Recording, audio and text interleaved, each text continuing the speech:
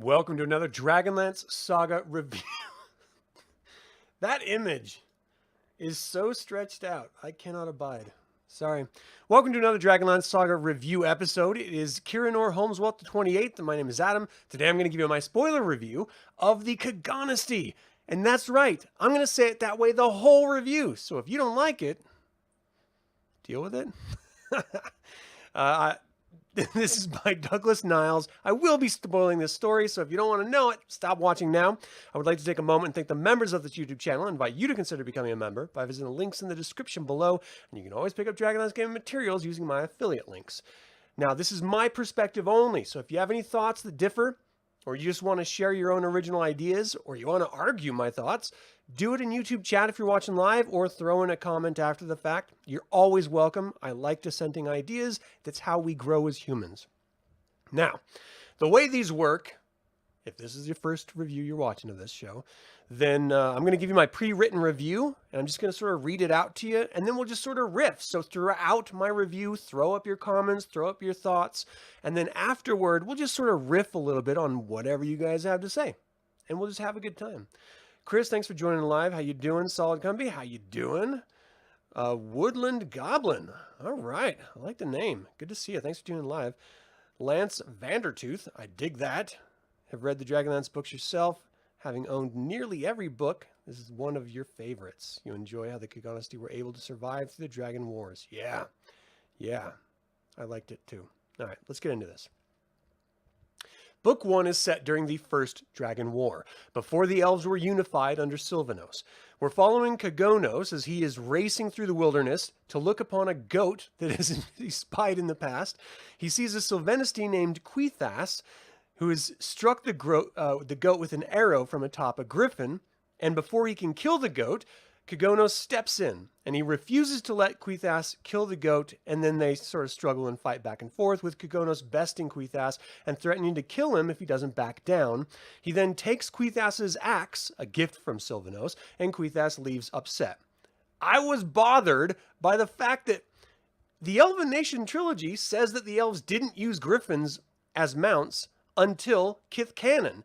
Yet, in this book, we're led to believe that there are many griffin riders to fight the dragons in the First Dragon War.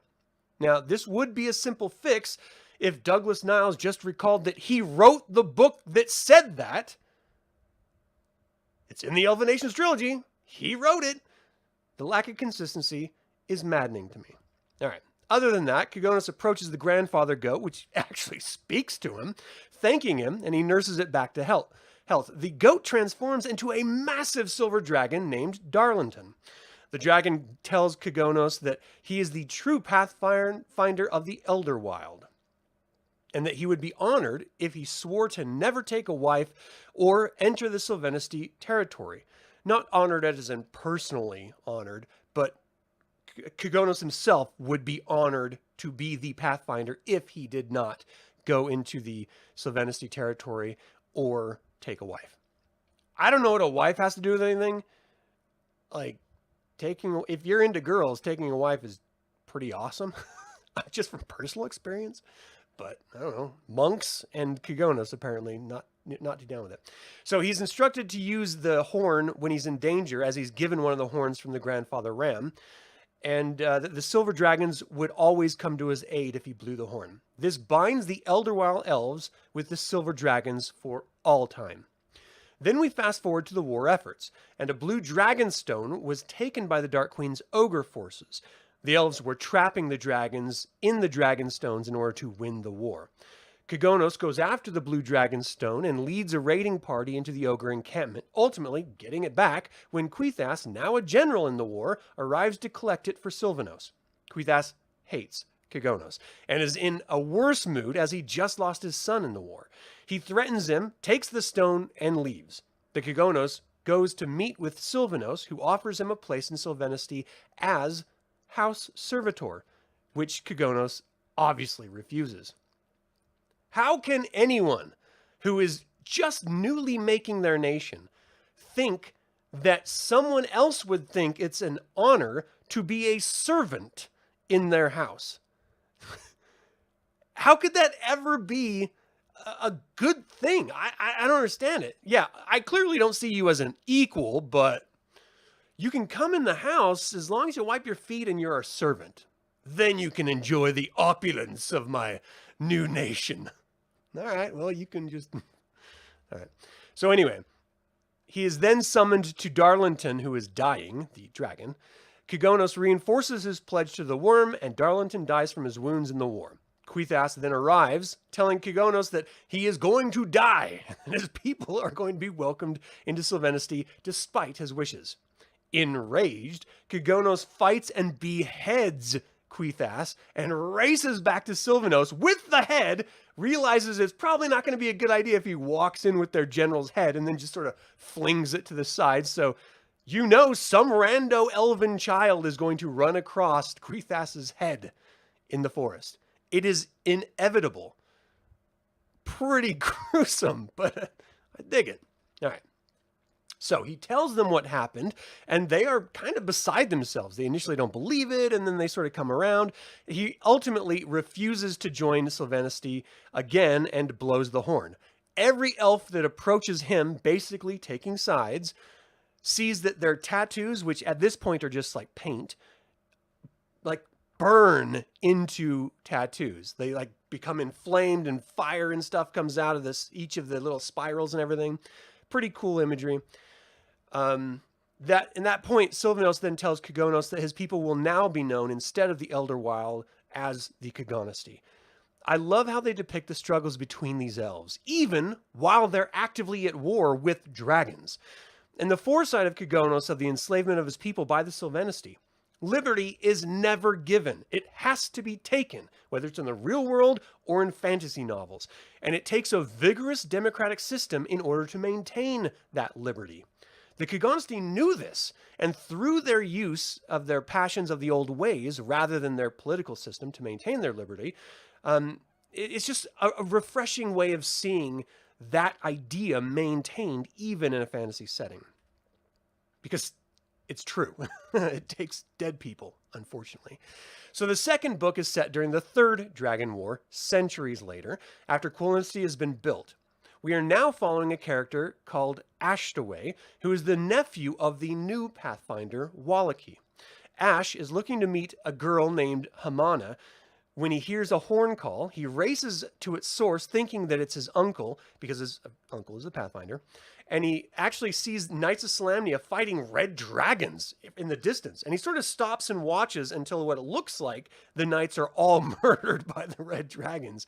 And he's just sort of struck by how effective the knights were and how brave they were for facing these ancient worms, and how absurd it was that they would do that in the first place, because it's so against contrast, it's so indirect contrast with how the Kagonesti warriors fight themselves. So then he continues on and meets Hamana en route to the call. They meet a silver dragon named Lectrol. Lectrol is wounded from the war and warns about the Dark Queen looking to reinforce her territory, as she fears a knight named Huma. Hamana is the healer, the daughter of a shaman, and takes care of the silver dragon as Ash goes off hunting for food. He collects a deer for the dragon and one for himself, and then returns to his village. He discovers Bakali have raided his village, and Bakali are lizard creatures, if you guys haven't watched my videos or if you're not familiar. He raided his village and murdered many warriors. So he draws their attention and begins picking them off as they chase him through the woods, as he discovers his uncle is going back into the village in order to collect the ram's horn, which is the symbol of the Pathfinder. So he aids in retrieving the horn as the Bakali burn the village, and the Kagonesti flee their village together. They regroup outside, and they argue about what they need to do next. They need to look for a new home, as the Bakali now know of their location. They're probably going to keep coming back, or they need to enact revenge on the Bakali. Idaho, the Pathfinder, decides that they will return to camp to enact revenge, then look for a new home. The warriors all return with the Pathfinder and begin slaughtering the Bakali. As they start to flee the Bakali, they're met in their flank by a Knight of Solamnia. This is the same knight that Ash watched fight the dragons and seemingly die. But he helps the elves defeat every single last Bakali. The knight's name is Sir Camford Willis, Knight of the Rose. He tells the story about how trying to find a way to sanction with the knights to destroy the supply lines of the Dark Queen, and that's what sort of how he ended up where he ended up. The elves very much distrust the knight, and they're actively ready to murder him as he is a human, which is the activity that all elves take because, again, we know that humans only do one thing, and that is create and destroy and take and take and take in Dragonlance. And they've been doing it to the woods, which means the Kagonesti are actively opposed to them. So, I just totally lost my place. Ash actually vouches for the Knight of Solamnia as he was impressed by the knight's honor and his skill in combat. Then he's called to his uncle Idaho. He was wounded in the attack and is actively dying, but before he dies, he hears Ash's story about the silver dragon and its horn, and he grants the horn to Ash, his own grandfather, ram horn, who will be the new pathfinder and leader of their tribe. Ash doesn't want it, as he wants to marry Hamana, and marriage is against the pathfinder way, but he accepts the charge anyway. He returns to the knight and tells him that he knows a way through the mountains to sanction, and he will lead his knights. This sets the Kagonesti in alarm, but because he's the pathfinder, they respect his judgment. Ash makes plans to meet Sir Camford and returns to Lectrel and Hamana. She sees that he is the pathfinder at this point and grows really, really cold to him. She was digging him as well, and now they can't be together, so she's a little bit hurt, as pathfinders cannot marry, and she loves Ash. So the dragon is healing up well and vouches for the Knights of Solamnia for being honorable and good, and shares the idea that many of the races that the Kagonesti have hated for generations have a lot of really good people among them, and that the dragon tries to teach Ash that he needs to be tolerant and accepting of people until they sort of do him wrong, rather than just literally murdering them all on sight, which is what they've been doing for thousands of years. So Ash meets the knights when they return 100 strong and leads them through the mountains to sanction. You naturally have an arrogant knight interaction with Ash, but it's managed by Sir Camford. I'm of two minds about these. Ever since Derek Crownguard, every single group of Knights of Solamnia has the asshole. Everyone's got to have a Derek Crownguard amongst them. And it's really frustrating because it really paints the knighthood as a monolith, like they are all this way. And yes, they had to present that narrative in order to really elevate Sturm Brightblade as exceptional and different amongst all the other Knights of Solamnia. And in doing so, also elevating Lord Gunther Wistan. But after so many years and so many stories, you kind of get tired of the same old tropes. And I kind of wish they would just have a Knight of Solamnia that's, not a dick all the time. It would be nice. Anyway, they finally arrive in the mountains around Sanction and the Lords of Doom, and the knights enter the city and start, destroying the storehouses and any creature willing to fight them. Ash sees an ogre slayer whipping what it appears to be dwarves. He shoots him with an arrow, killing him, and it ended up being gully dwarves, and he frees them all, who then tell him of the tunnels that go all the way through the mountains. Then Ash sees dragons coming to protect Sanction. Many of the knights die before Ash directs them all into the tunnels, and the gully dwarf Highbulp agrees to guide them to safety, as the arrogant knight ends up standing up directly to the dragons, sacrificing himself in order to allow everyone else to escape. That's the part of the knighthood that I adore more than anything else. All of this is ingrained in Ash's mind at this point, as he grows more and more respectful and fond toward the knights and their tactics. Ash thanks the gully dwarf Highbulp Twofer, I love gully dwarves, and names him a pathfinder as well. The knights, now on the other side of the mountain, regroup with only 60 of the 100 left, and ultimately return to Solamnia. Ash takes a long time to return home, sort of reflecting on everything that he's experienced thus far. He decides he's going to be a different pathfinder and evolve what it means to be a pathfinder. He returns to Hamana and asks for her hand in marriage, and he says that he will lead his tribe differently than the past pathfinders have. Lectrel, the silver dragon, respects the changes, and Ash returns to his people with Hamana. They arrive, and Ash asks Hamana's father for permission to marry her. Everyone is thrilled by the news and accepts the changes that the new pathfinder decrees. The final book in this novel, and then the Lectrel dragon comes and says that, he's got to leave, and his I think it's his daughter dragon comes and takes him away. His wing was wounded so he couldn't fly away. So the final book in this novel is set 1,000 years later, and a little over a dozen years before the cataclysm initially. We follow the new warrior, Idaho, which I don't know if I'm saying this right, but it's spelled, I'm assuming that's an I. Iwydahoe. Idaho. The whole time I'm thinking, is he calling himself a hoe? Like, with this name? As a hoe. So anyway, Idaho of the Whitetail Village. So Ishtar Legionnaires have been destroying the Silver Trout Village, one of the 4 Kagonesti villages that each of them know of. He finds the Pathfinder dead, and the ram's horn completely shattered. He collects the fragments of the horn, and Idaho rushes back to his home to tell everyone and his father Håkon, the shaman. He is away in one of his regular spirit walks. So he then tells the clan chief, who refuses to believe him initially, but Idaho shows him the horn fragments. That's a spelling error that I thought I had corrected already, which I did not. The chief then sends warriors to the other 2 tribal villages to see what they have to say about this. As Idaho goes out to take the young ones to go fish, he hears iron men and horses, but he doesn't see anyone until an invisibility spell drops and a gray wizard is directing the soldiers. I'm not sure how to feel about the gray wizard in this final story, because he's working for the king priest. The king priest hated and distrusted wizards so much that he ran entire campaigns of war against them, especially at this time period. So I don't know why he would trust a gray wizard. The gray wizard must be a renegade and not part of the Orders of High Sorcery because he's wearing gray robes and not white, red, or black.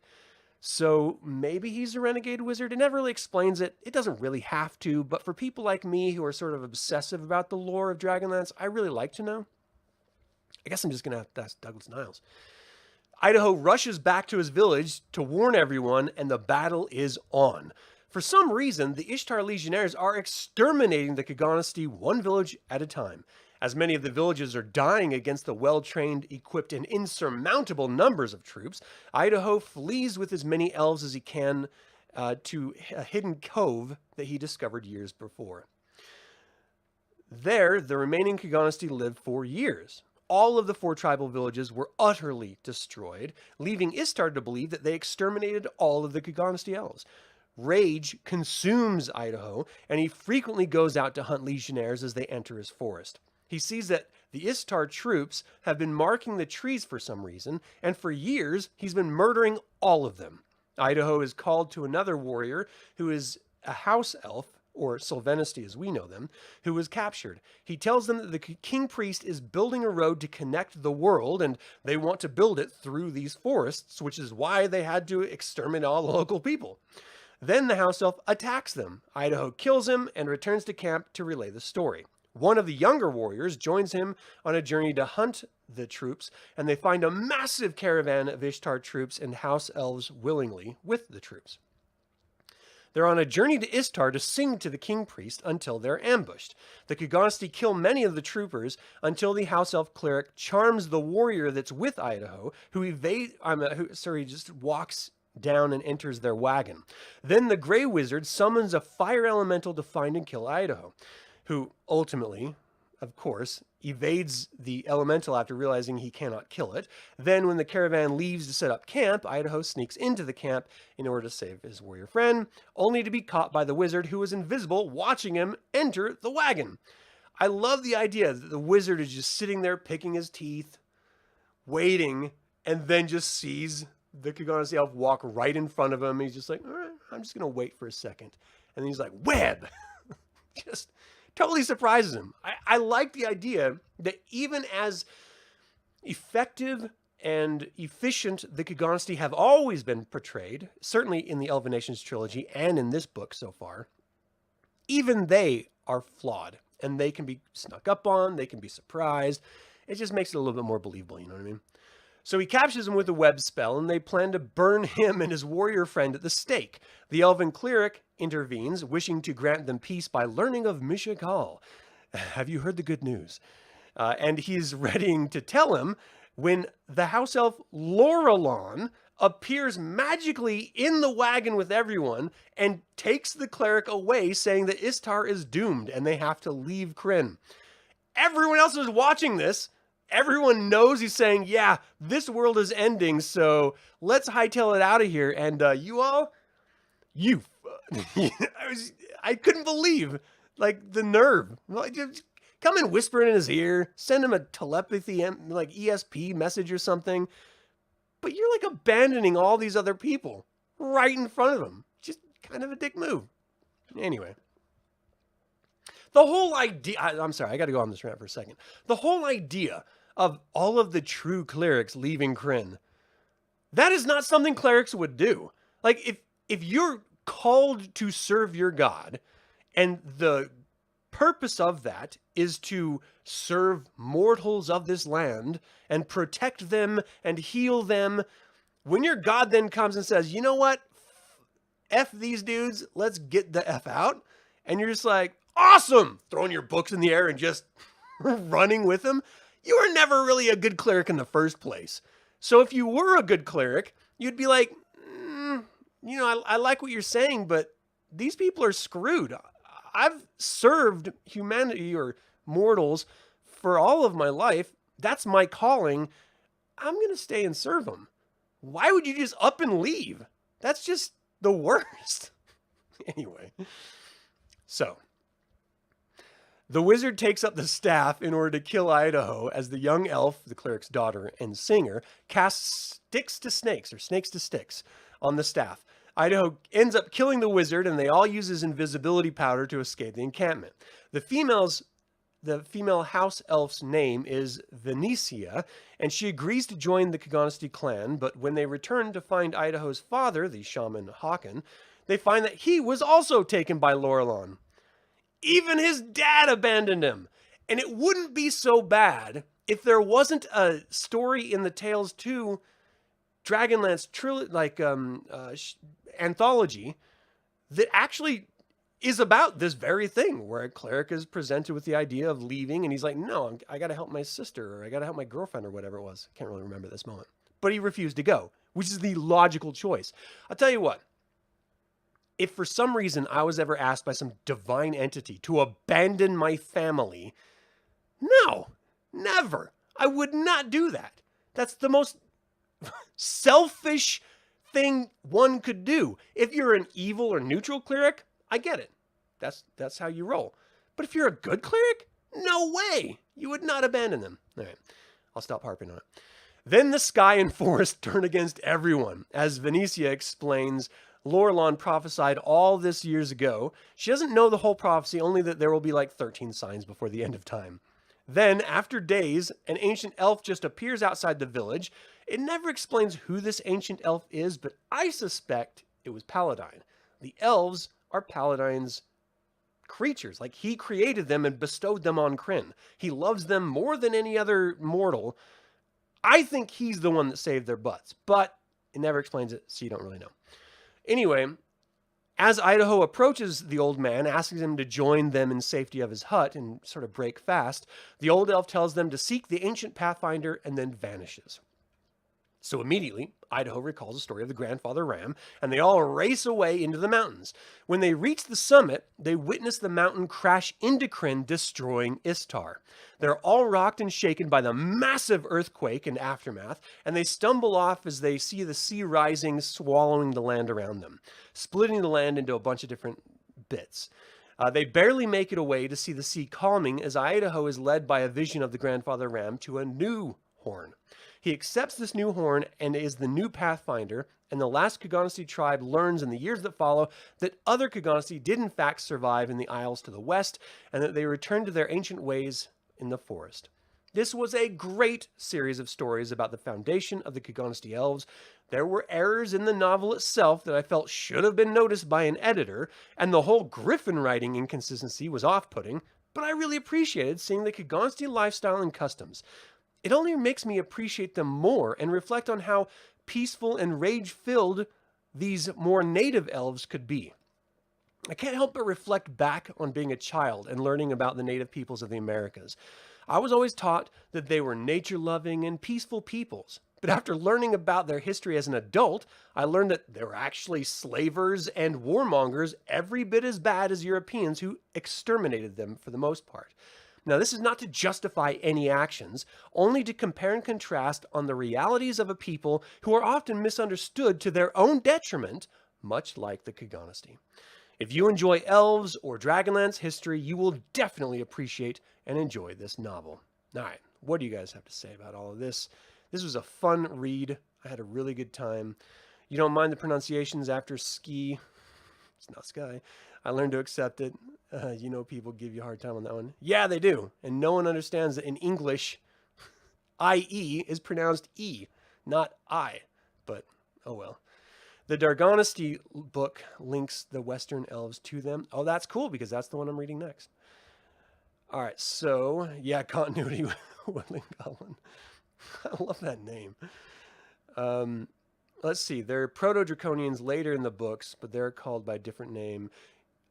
Yeah, the Proto-Draconians are different. I mean, they're Slisks or something like that. Anyway, there's like 3 different types of Proto-Draconians. One of them in the Riverwind, the Plainsman book, and then others that were found up in Taladas. And they were really cool too. I have videos about all of those. So you can make the case that the Kagonesti are the truest form of elves that the gods of good intended. I agree. You'd agree with that, though it would seem that only more neutral gods made Mishikal came to the Kagonesti more than Paladin did. Possibly. What's up, Kendra Kissers? Sup, homie? Kendra kissing is always a treat. That's true, as long as it's consensual and you're adults. Then kiss whoever you want.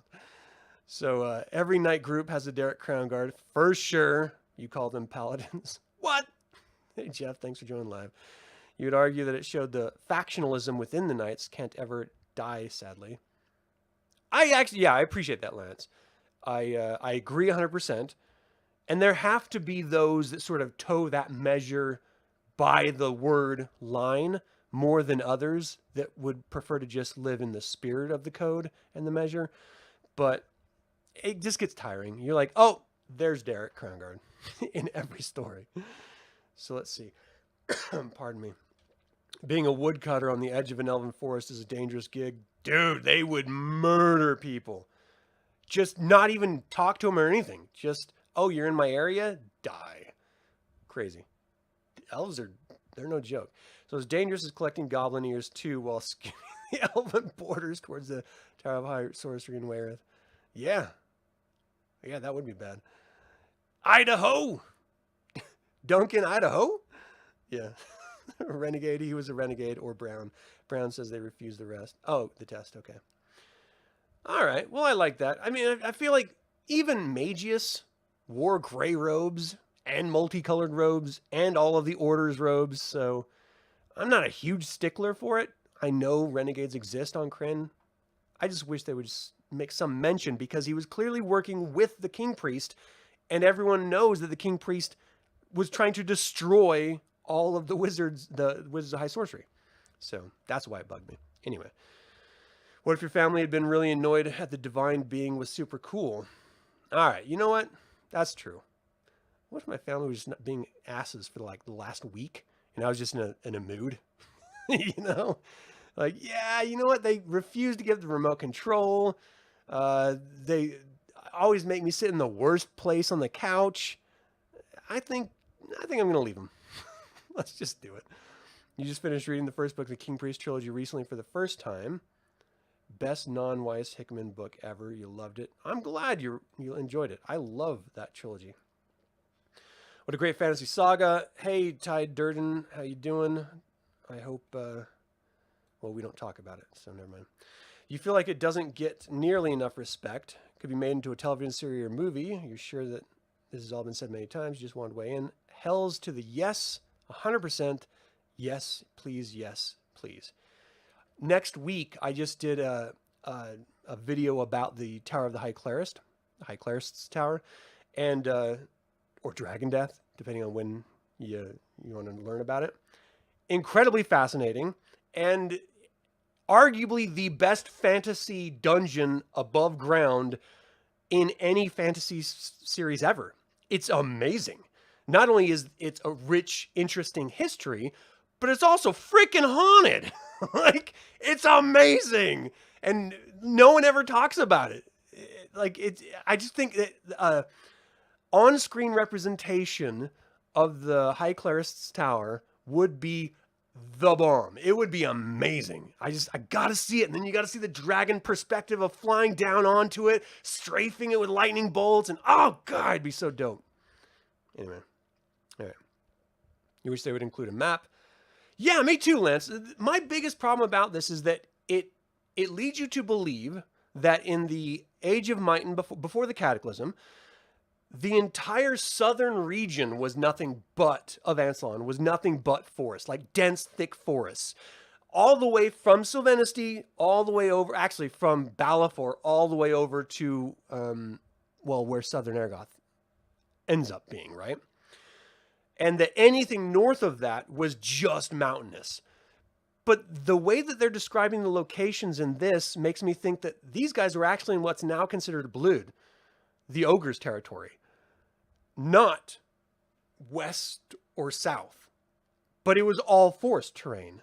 And so the logic, the way they describe it is a little bit weird. They describe how they went in the mountains and they watched the new sea being formed after the Cataclysm, which again, I love those apocalypse TV films like 2012 and stuff like that. It just reminded me of that visually. Like that would be a great in-camera shot to see on like a big IMAX screen. But the way that it described them being able to see the Salamnic plains, I was just like, wait a second, where the hell are they? That doesn't make any sense. And the fact that he was just going to Sanction and he knew this like nice hunting trail, like how far away from Sanction was this forest village that they lived in? Because in my head, the geography doesn't match up. But what do I know? All right, so does the new Dragonlance novel that came out in August take place in the 5th Age? No. So the Dragons of Deceit, which is the first of the Dragonlance Destinies trilogy that came out last year in August, was set during and after the War of the Lance, before the Blue Ladies' War. The second one that's coming out this August, Dragons of Fate, is set in the Age of Might, during the Third Dragon War. So it's a little bit wonky, and that probably is a huge spoiler, but that's how it works.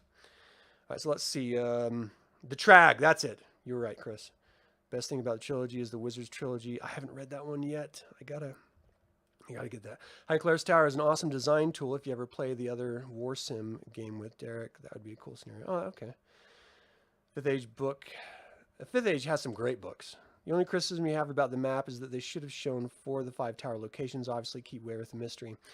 Yeah, the Tasselhoff's Map Pouches series do show where all of the other towers and ruins of towers are located. And some of the books talk about where they're located as well. So you can find out. The information is out there.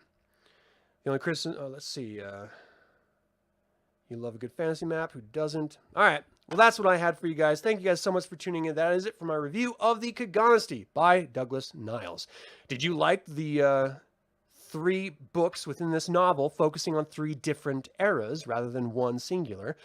Did you have a favorite era presented? And finally, will we ever accept the idea that all people have the capacity for compassion and destruction and acknowledge that both are integral to what it means to be a human? You can email me at info@dlsaga.com or leave a comment below. I would like to take a moment and remind you to subscribe to this YouTube channel, ring the bell to get notified about upcoming videos, and click the like button. This all goes to help other Dragonlance fans learn about this channel and its content.